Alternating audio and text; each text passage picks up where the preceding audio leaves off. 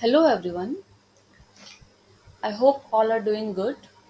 So today we will discuss about testing and its different types and techniques. So in my previous video I had mentioned that in the upcoming videos we will be discussing about means we will know more about manual testing.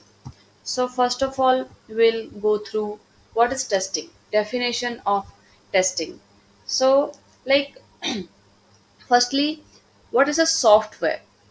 So obviously we'll test some application will be tested or software testing we say. So software is a set of tasks that is a collection of programs. So this is a software. And when we like define about the testing, like it is a process of executing an application. We will execute an application and what will be our intention? Intention will be finding bugs and or defects. And software testing, it is a process where the testing process is carried out manually. So it is done by a human tester and we don't use any automated tool here. So here what is the task of a tester? So he will execute the test cases and verifies the software behavior, like what is the behavior of the software of that application, functionality and performance. So by and how they will get to know by interacting with the application. So now we'll discuss about SDLC model.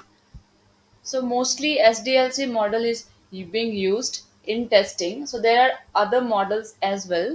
So if we go through the waterfall model, which is not in use as of now, and so again we'll discuss about what is a waterfall model.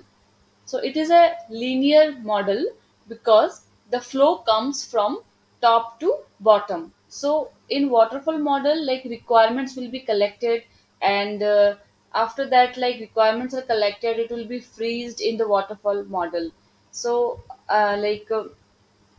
once the requirements are collected, so it will be freezed, and after that, CRS will be changed to the by to the SRS by the business analyst. CRS means customer requirement specification.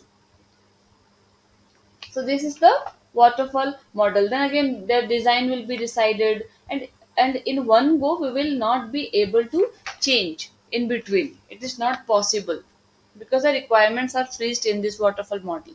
So now we will discuss about SDLC model. So SDLC is the software development life cycle, and there is one more, that is STLC, that is software testing life cases. That is the STLC. So in software development life cycle, so there are different phases. phases क्या है उसमें कि SDLC एक process है जो software development के different stages को define करता है. For example planning. प्लानिंग में हम कुछ प्लान करते हैं कि कैसे एग्जीक्यूट करना है, क्या करना है. फॉर एग्जांपल कि हमें एक नया रूम बनवाना है. तो पहले हम क्या करेंगे, प्लान करेंगे कि रूम कैसा होगा, कितना बड़ा होगा, किस पर्पस के लिए होगा, बजट कितना होगा, टाइम फ्रेम कितना होगा, हम हर चीज एक सेट करेंगे. तो ये हो गया कि प्लानिंग प्रोसेस.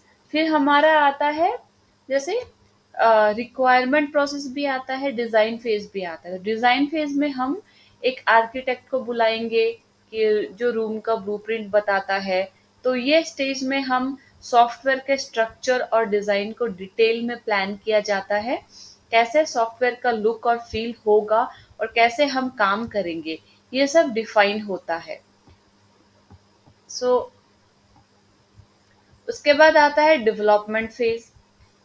डेवलपमेंट फेज में हो गया कि कैसे हम मतलब एक डिसाइड करते हैं कि रूम में क्या नया चीज होनी चाहिए, जैसे कि बेड हुआ, स्टडी टेबल हुआ.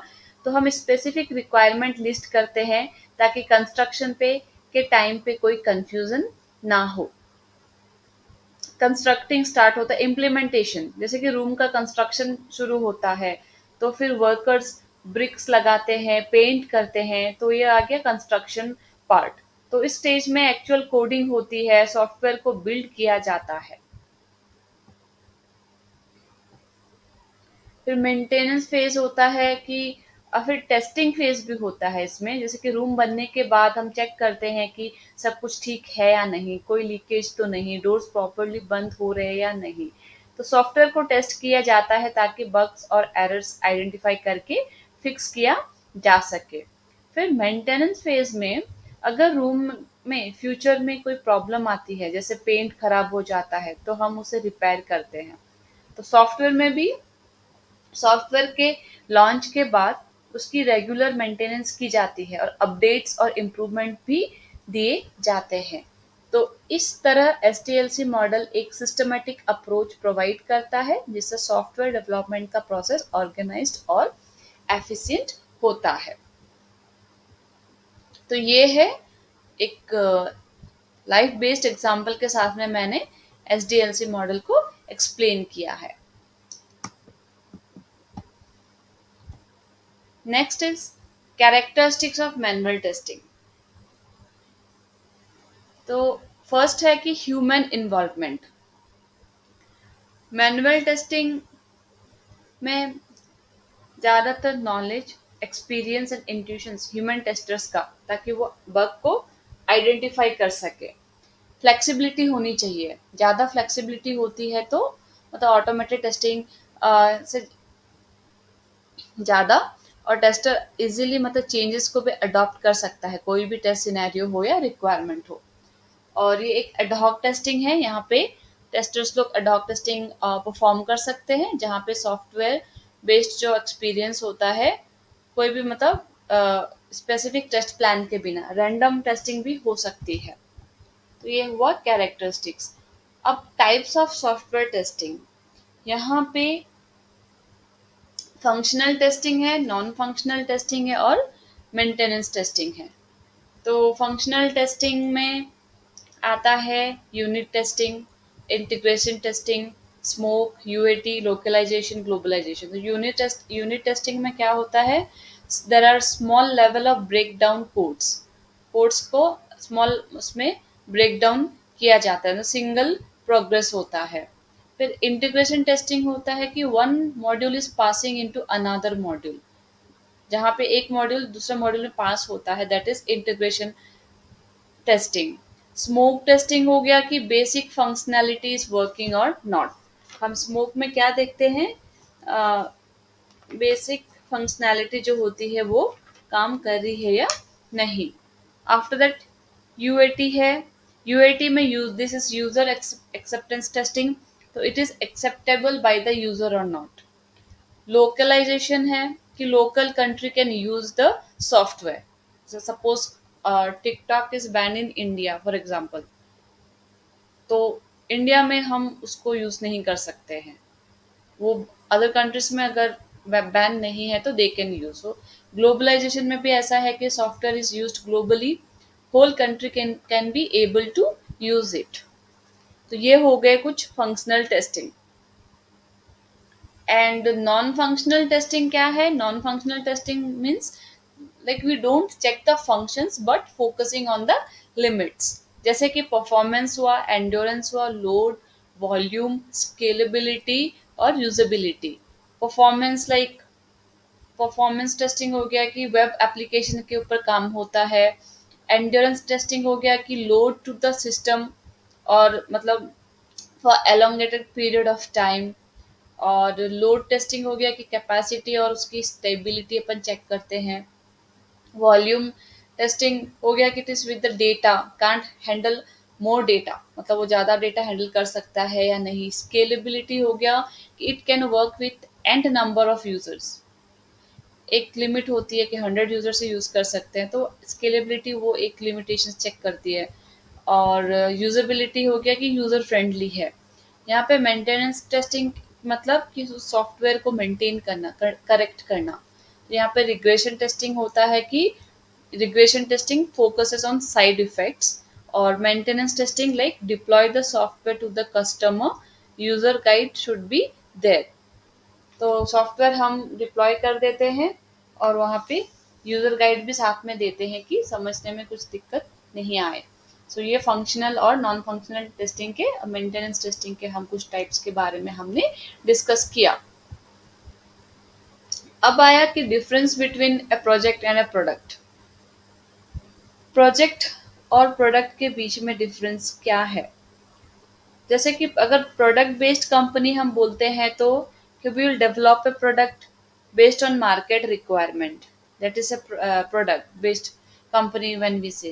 And like project based company, when we talk about a project based, so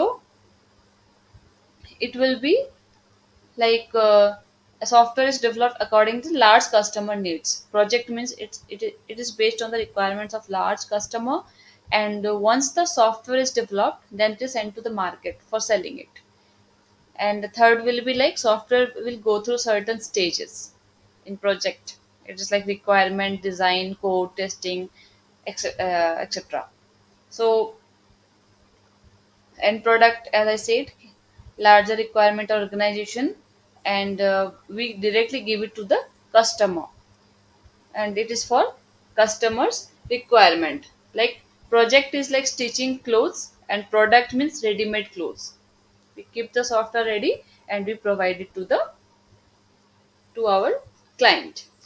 So these are the differences between project and product. So software testing principles.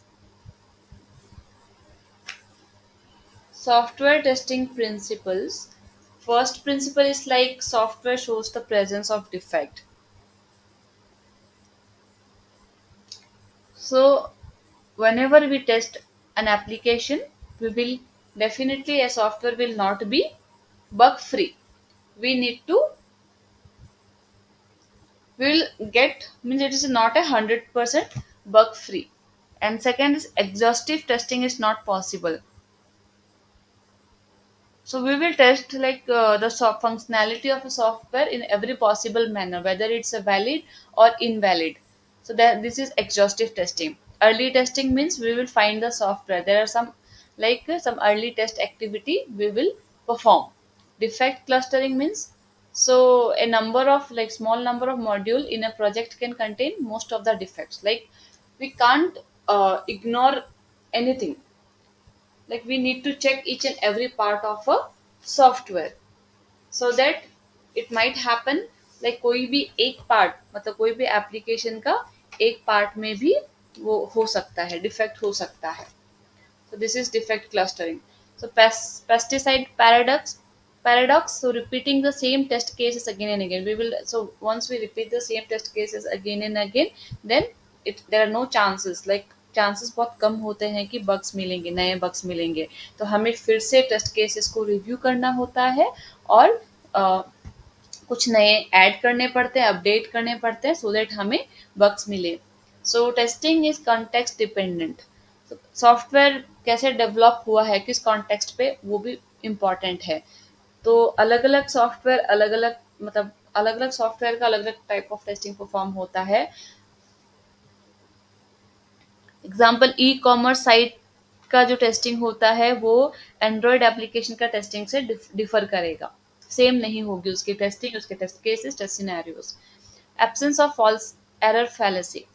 सो अगर 99% सॉफ्टवेयर बग फ्री है, फिर भी ये इसका मतलब नहीं है कि वो 100% बग फ्री होगा. बट पूरा मतलब कस्टमर का जो रिक्वायरमेंट है हमें पूरा फुलफिल करना होता है.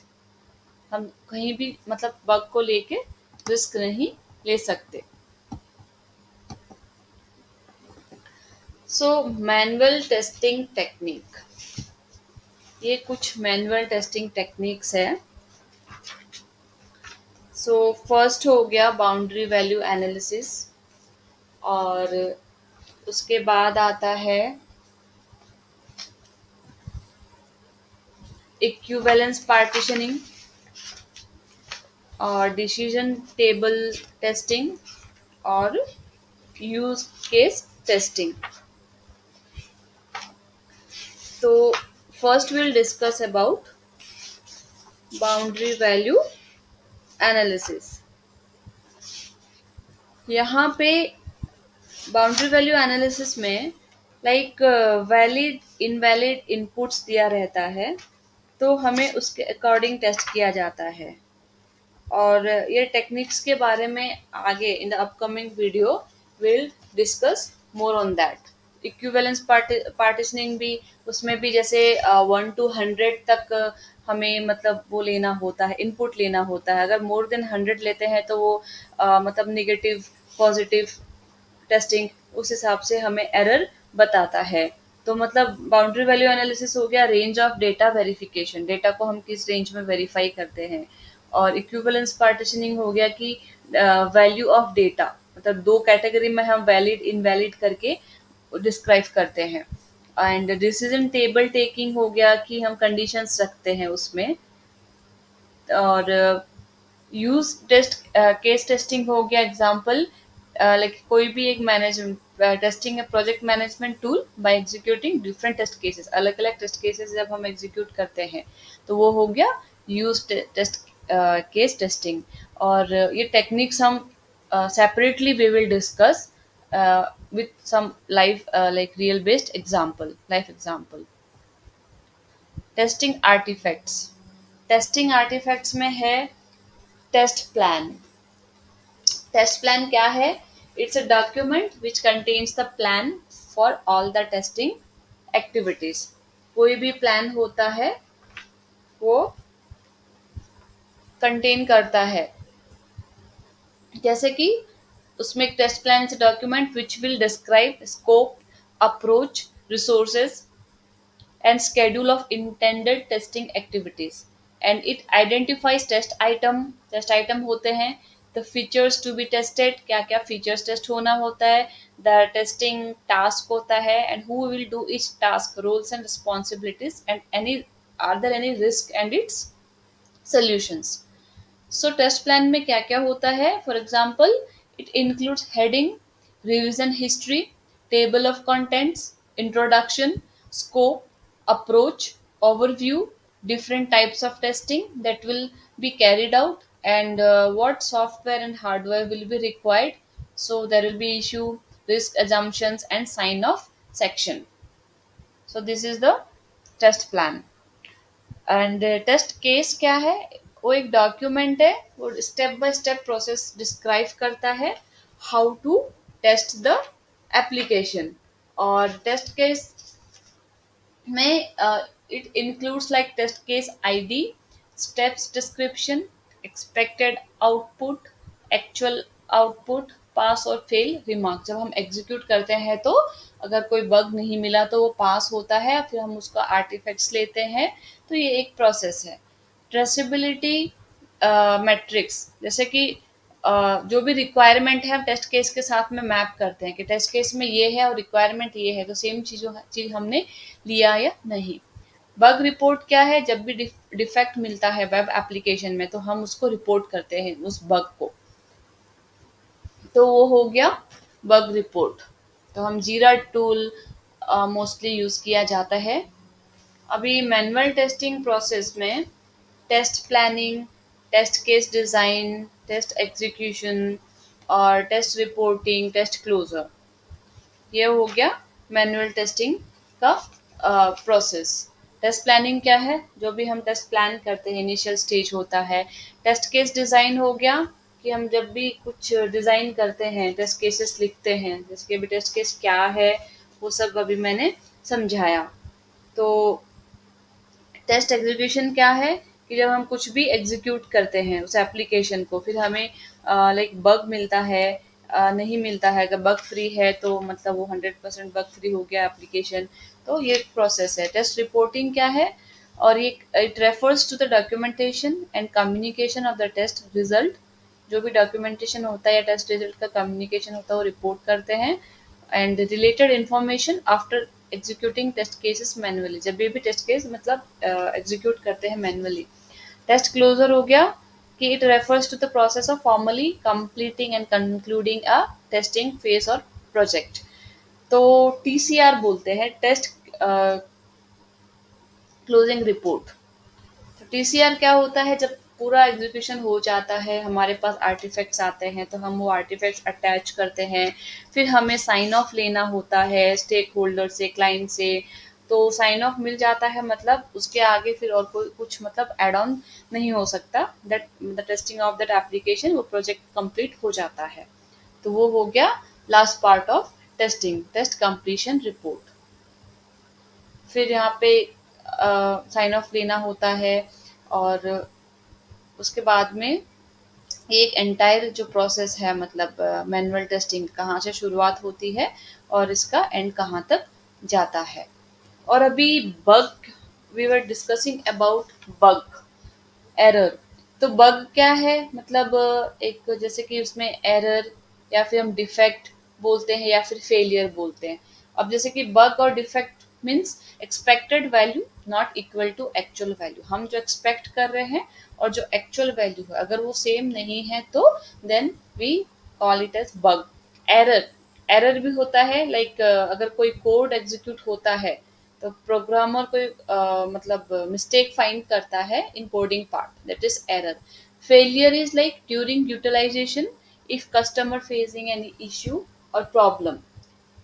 कस्टमर को जब हम सॉफ्टवेयर डिप्लॉय कर देते हैं उसके बाद अगर कुछ प्रॉब्लम आती है तो दैट इज अ फेलियर। अब यहाँ पे सॉफ्टवेयर टेस्टिंग लाइफ साइकिल के बारे में थोड़ा डिस्कस करेंगे। एसडीएलसी प्रोसेस हमने किया, तो software testing life cycle refers to all the activities which we perform during testing of a software product. अब इस फेज में क्या क्या आता है, रिक्वायरमेंट एनालिसिस एंड वैलिडेशन आता है, टेस्ट प्लानिंग आती है। टेस्ट प्लानिंग अभी अभी मैंने क्या बोला कि ये एक इस फेज में क्या होता है, टेस्ट प्लान स्ट्रेटेजी डिफाइन होती है, estimation to of test effort is defined along with automation strategy and tool selection is done, कौन सी टूल यूज होगी। टेस्ट डिजाइन एंड एनालिसिस होता है, एनवायरनमेंट सेटअप होता है। Test environment setup closely like simulating the real world environment is prepared. Execution होता है, execution मतलब test cases are prepared, bugs are reported and retested once resolved. और test closure का मैंने बोला कि टेस्ट क्लोजर रिपोर्ट क्या है, is prepared having the final test result. जैसे कि मैंने बोला एग्जीक्यूशन होता है, आर्टिफैक्ट हम लेके फिर उसकी समरी बनाते हैं, टेस्ट मैट्रिक्स बनाते हैं। और टेस्टिंग के और भी पार्ट है जैसे कि वाइट बॉक्स टेस्टिंग है, ब्लैक बॉक्स टेस्टिंग है। अभी वाइट बॉक्स टेस्टिंग को हम ग्लास बॉक्स टेस्टिंग भी बोलते हैं, स्ट्रक्चरल टेस्टिंग भी बोलते हैं। और ये मतलब इंटरनल कोड स्ट्रक्चर होता है। व्हाइट बॉक्स ब्लैक बॉक्स हम बाद में और डिटेल में डिस्कस करेंगे, जस्ट एक अंडरस्टैंडिंग के लिए just we are discussing on this. So it is based on application internal code structure, and white box testing, like this testing usually was done at the unit level। and black box testing kya hai, it is a process of testing a system component considering input output and general function, and external actions are performed। यहाँ पे external actions perform किया जाता है black box testing में। so these two also are the important part of testing। फिर again we will talk about dynamic testing and static testing। so dynamic testing हो गया execution of code, और static testing हो गया it involves in reviewing the documents to identify the defect। Document हम review करते हैं, defects को identify करते हैं in the early stages of SDLC model. So this is about black box testing. So today we will stop here, and in the next video again we'll come up with the techniques of manual testing, and again there are some other different types of manual testing, कुछ कुछ points अभी भी है तो वो discuss करेंगे। So till then, thank you so much.